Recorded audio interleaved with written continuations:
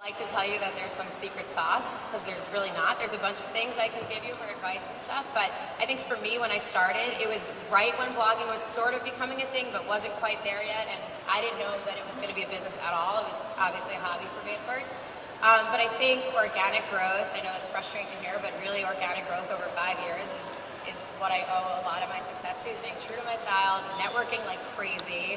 I think that the way that I network, and I'm not afraid to say hi to anybody. She's the best networker. Like, so thanks, babe. I love that networking keeps coming up. That's it really does. That's honest. It's my most crucial piece of advice I tell people, because it really will help you to stand out in a crowd. It really will. And it can get you very far. You never know who you're going to meet, who's going to be open to meeting with you the next day or talk to you. Or I always, when I meet people in person, say, email me tomorrow and we'll talk about it. I mean, worst case scenario, you're top of mind for them, so that's not a bad thing. So, Natalie, with modeling and having a blog, like, when did you figure out, okay, like, well, first of all, how did you balance both initiatives, and was that ever tricky? And then, do you still, like, do you prioritize one or the other? How do you balance it? Both really go hand in hand now. So if I take on a modeling project, I normally get a lot of creative control. So I get to style it, maybe choose photographer, who's doing makeup, who's doing hair, and which is really awesome. I didn't have that when I was 15. Definitely, I was very shy. People are telling you what to do. So now it's like totally turntables, and I get to use my voice and do a whole creative control, and it's really fun. So like you're like a creative director at the same time. Yes, yeah, exactly. So it's great. Okay, cool. And then do you ever feel like you need to balance the two, or like course correct if you're doing too much one, and then feel like you need to give a little love to the other side of things? Definitely. I have full balance. I mean, I have management and agencies, and so everyone works together as a team and to balance out work schedule, whatever. But at the end of the day, I never really saw myself as just a blank face. I was always, Natalie, and, always brought my personality to whatever project I was doing. So, yeah, just balancing it all. So then what is one piece that you think that every woman should have in her closet, like a universal staple that works for all styles, all bodies, that is always awesome, that you will never regret buying? Not one piece, but basics. Basics are so important. The perfect fitting white t-shirt, the perfect pair of skinny jeans, just basics that fit you really well that you can mix and match with all other things you want. I would say, like, your go-to, it's different for everyone, so I would say your go-to outfit. Like, for me, it's a pair of, like, ankle crop skinny jeans, t-shirt, leather jacket, and heels. But my friend is boyfriend jeans, white sneakers, t-shirt, and a blazer. So I think just having your go-to outfit is the most important thing in your wardrobe. So I love leather jacket and boots, because they're versatile.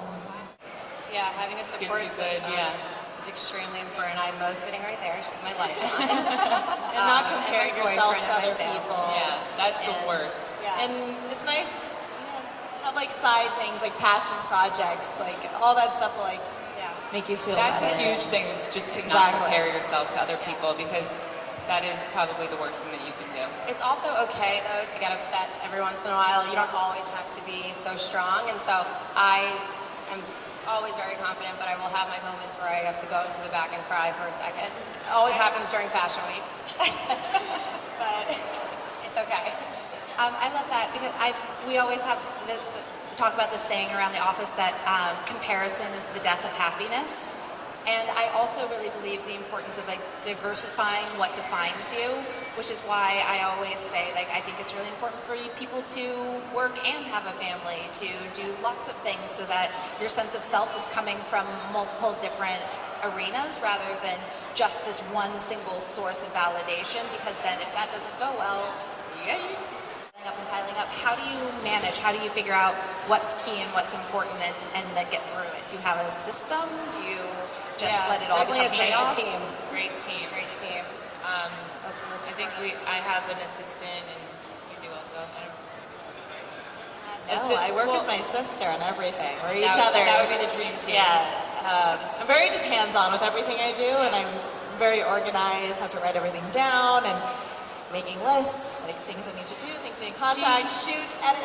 Do you use any apps to stay organized? I'm weirdly obsessed with Evernote in 9 million different ways, but just calendar. Just a calendar. So Basic. like I said writing it down. I love writing things down. Old If school. it's not on my Google Calendar, it does not exist. Yeah. So scheduling, really. Okay.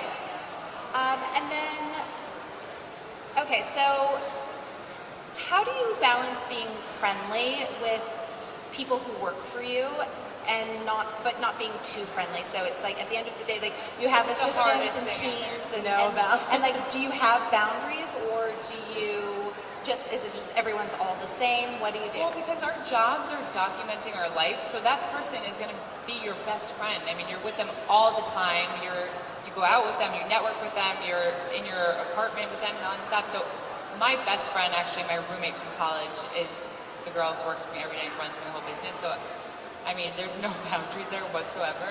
Yeah, I don't know if you do this, but when I hire new interns or when I first started working with Mo 3 years ago, I had her sign an NDA because you're in my apartment every single day. You see me naked, you hear me fighting with my boyfriend.